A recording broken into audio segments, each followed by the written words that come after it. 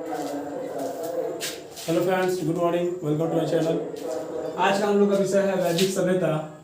वैदिक सभ्यता को आज हम लोग जानेंगे। इसके पहले हम लोग सिंधु घाटी सभ्यता के बारे में पढ़ा था, जिसके सामाजिक, राजनीतिक और आर्थिक और धार्मिक जीवन के बारे में हमने चर्चा किया था कि सिंधु घाटी सभ्यता हड़प्पा, मोहनजोदड़ो, लोथल, कालीबंगा, रंगपुर, ये जब ऐसे ऐसे जो स्थलें जो हमें प्राप्त हुए थे, ये स्थलों से हमने जाना था कि उसके पूरा स्थलें से हमें क्या क्या सामग्रियाँ प्राप्त हुई, क्या कौन कौन सी वस्तुएं हमें प्राप्त हुई थी, और वहाँ के जो खुदाई करता थे वो कौन कौन थे, उनके बारे में हमने जाना था। और आज हम लोग का चैप्टर है वैदिक सभ्यता। सिंधु घाटी सभ्यता का जो काल था, हमने जाना था कि 2500 ईसा पूर्व से 1750 ईसा पूर्व के बीच रहा था। 1750 ईसा पूर्व से 1500 ईसा पूर्व तक जो था वो सिंधु, लंबा गैप रहने के बाद वैदिक सभ्यता का काल शुरू होता है। वैदिक शब्द का अर्थ है, मतलब वेद से बना है, जिसका अर्थ होता है ज्ञान, नॉलेज होता है। इसके जो संस्थापक थे वो थे आर्य। आर्यों ने ही इसका वैदिक सभ्यता का स्थापना किया था। जो सिंधु घाटी सभ्यता जो हमने पढ़ा था कि वो एक नगरीय सभ्यता थी, वहाँ ये वैदिक सभ्यता जो थी वो एक ग्रामीण सभ्यता थी। यानी कि हम लोग हमेशा जानते हैं कि असेंडिंग टू, मतलब क्या होता है कि डिसेंडिंग टू असेंडिंग होता है, घटने से लोग बढ़ता है। लेकिन वहाँ पे कुछ समय क्या हुआ था कि पहले नगरीय सभ्यता थी, उसके बाद ग्रामीण सभ्यता आई। ठीक है, ये जो सभ्यता था ये ग्रामीण सभ्यता थी। इसका जो काल रहा है 1500 ईसा पूर्व से 600 ईसा पूर्व के बीच रहा था।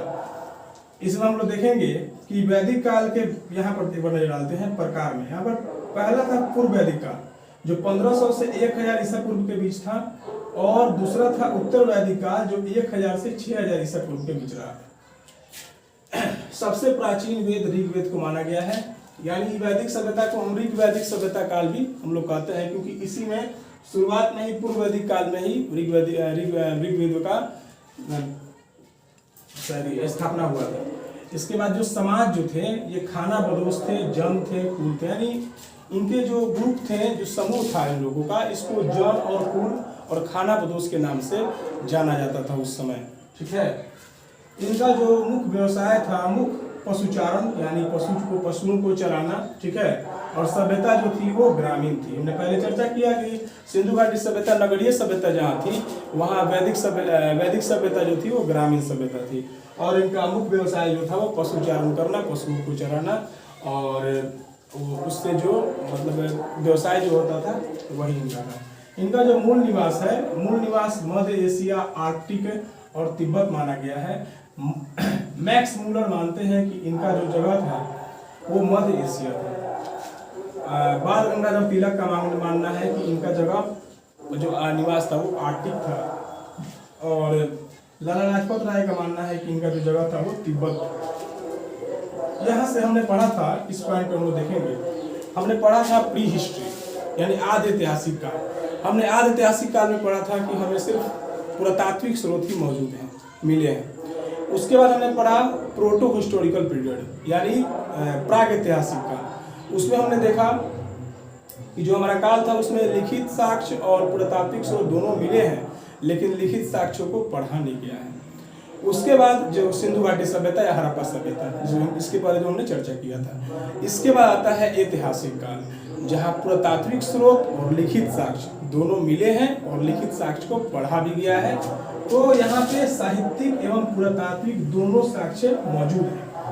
पुरातात्विक स्रोतों से यहाँ पे हमें जो साक्ष्य मिले हैं पुरातात्विक खुदाई से, उसे बोगाज कोई अभिलेख कहा गया, जो 1400 ईसा पूर्व में उसका स्थापना हुआ था। इसके जानकारी के अनुसार इंद्र, वरुण, मित्र, नासत्य का विवरण, उसमें देवताओं का विवरण उसमें दिया गया है। इसके बाद पूर्व वैदिक काल में जो खुदाई हुआ पुरातात्विक स्रोतों से, जो मृदभांड मिले हैं उसका नाम दिया गया है गौड़िक मृदभांड उसका नाम दिया गया है। और उत्तर वैदिक काल में जो खुदाई हुए हैं उसमें चित्रित धूसर मृदभांड प्राप्त हुए हैं। ठीक है, और साहित्यिक स्रोत के भी साक्ष्य हमें मिले हैं, उसे पढ़ा भी गया है।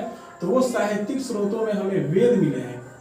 ये हमारे वेद हैं, जो ऋग्वेद, यजुर्वेद, अथर्ववेद और सामवेद, ये 4 वेद हमें प्राप्त हुए हैं। लेकिन उत्तर वैदिक काल में क्या हुआ था, उत्तर वैदिक काल में 3 वेद प्राप्त हुए हैं, जो हमारा है सामवेद, यजुर्वेद और अथर्ववेद। लेकिन ऋग्वेद में ऋग्वैदिक काल में हमें सिर्फ एक वेद मिला था, जो ऋग्वेद, और यही सबसे प्राचीन वेद है। जो परीक्षा में पूछा जाता है सबसे प्राचीन वेद कौन सा है, तो हमारा ऋग्वेद है। ये था, हमने पृष्ठभूमि के बारे में चर्चा की, वैदिक सभ्यता के पृष्ठभूमि के बारे में।